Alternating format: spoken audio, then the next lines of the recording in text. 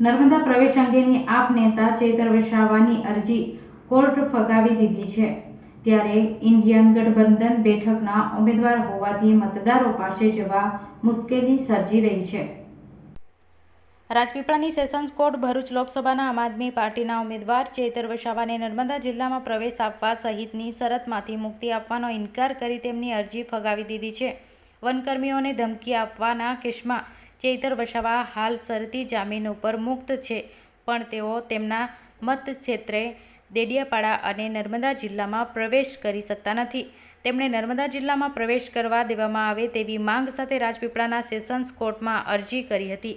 તેમના વકીલ સુરેશ જોશી દ્વારા કરવામાં આવેલી અરજીમાં લોકશાહીની આ ચૂંટણીમાં પ્રજાની પ્રતિનિધિ હોય, ચૂંટણી જાતે લડતા હોય, જનસંપર્ક માટે મતો માંગવા માટે ડેડિયાપાડા મત વિસ્તાર તેમનો પોતાનો મત વિસ્તાર હોય એટલે પ્રવેશ નહીં કરવામાં નિયમો શરતો કોર્ટ દ્વારા રદ કરવામાં આવે તો તેઓ પ્રચાર કરવા જઈ શકે, પરંતુ સરકારી વકીલ જીતેન્દ્રસિંહ ગોહિલ તરફથી દલીલ કરવામાં આવી કે પ્રજાના પ્રતિનિધિ હોવા છતાં પોલીસે મદદ નથી કરી, સાથે શરતી જામીન ઉપર છૂટ્યા હોવા છતાં બહાર નીકળી જાહેર સભામાં પોલીસ વિરુદ્ધ બેફામ ઉચ્ચારણ કર્યા હોય।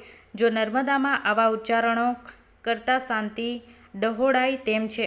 બંને પક્ષોની દલીલો બાદ કોર્ટ ધારાસભ્યની અરજીને ફગાવી દીધી છે, જે અંગે પ્રતિક્રિયા આપતા લોકસભાના ઇન્ડિયન એલાયન્સના ઉમેદવાર ચૈતર વસાવાએ સેશન્સ કોર્ટના નિર્ણયોને તેઓ હાઈકોર્ટમાં પડકારે તેમ જણાવ્યું હતું। ન્યાયપાલિકા ઉપર વિશ્વાસ કરવાનો સૂર વ્યક્ત કર્યો હતો। ન્યાયતંત્રએ આપને આપની જ વિધાનસભાની અંદર ના પાડી દીધી છે, તડીપાર કર્યા છે, શું કહેવું છે?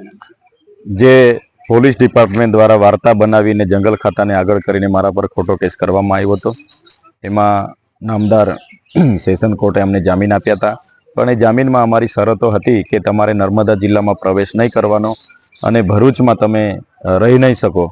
ત્યારે હમણાં ઇન્ડિયા એલાયન્સના ઉમેદવાર તરીકે જાહેર થયા બાદ અને હમણાં ચૂંટણી જાહેર થયા બાદ અમે હમણાં જ સેશન કોર્ટમાં ગઈકાલે અમારું હિયરિંગ થયું છે। એ શરતો નાબૂદ કરવા માટે અમારી માગણી હતી, પરંતુ સેશન કોર્ટ દ્વારા એને ખારીજ કરવામાં આવી છે અને જે શરતો હતી તે યથાવત છે। ત્યારે અમને ઘણી તકલીફો પડે છે અમારા મતદાતાઓની વચ્ચે જવા માટે, મત માગવા માટે મારો જે અધિકાર છે એ છીનવા રહ્યો છે। ત્યારે આવનાર દિવસોમાં હાઈકોર્ટ ન્યાય પ્રણાલિકા પર અમને પૂરો ભરોસો છે, ત્યાં અમે મૂકીશું અને મને આશા છે કે શરતો દૂર થાય અને ભરૂચ સંસદીય ક્ષેત્રમાં હું ફરી શકું, લોકો પર મત માગી શકું, એવી મારી પૂરી માગણી અને લાગણી છે।